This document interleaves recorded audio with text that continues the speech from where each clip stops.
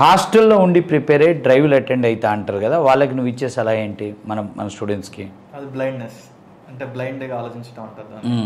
ఆ time waste అదే time waste అదంతా అనుకున్నా కానీ మన ఇన్స్టిట్యూట్లో అక్కడ ఏంటంటే సరే అనుకుని అడుగు 1 hour కూర్చుంటావు, తర్వాత ఫోన్ వస్తుంది, ఫోన్ చూస్తావు, ఇంకా డే మొత్తం అట్నే గడిచిపోయింది.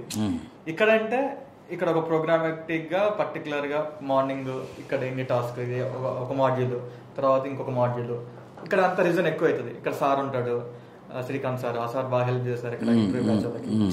ఈ సార్ గైడెన్స్లో ఇక్కడ నీకు ఎక్కువ నేర్చుకోవచ్చు. మాక్ ఇంటర్వ్యూస్ కానీ ఇక్కడ ఇవ్వడం వల్ల ఇక్కడ ఉంటే నేర్చుకోవడం బెస్ట్ సార్. అక్కడ హాస్టల్లో కూర్చొని అనుకుంటాం కానీ అంత టైం వేస్ట్, అంత ఏంటంటే రాంగ్ డిసిజన్ అనుకుంటాం. తర్వాత తెలిసిపోయింది మనకేంటంటే మనం బ్యాక్ అవుతున్నప్పుడు అర్థమైంది, అరే ఇన్స్టిట్యూట్ రెగ్యులర్గా పోయి ఉంటే మనకు కూడా జాబ్ వచ్చేది అనేది ఉంటుంది. కూడా రెగ్యులారిటీ ఇన్స్టిట్యూట్ ఈజ్ ఇంపార్టెంట్, అది ప్రిపరేషన్ టైంలోనైనా ఇంటర్వ్యూ బ్యాచ్.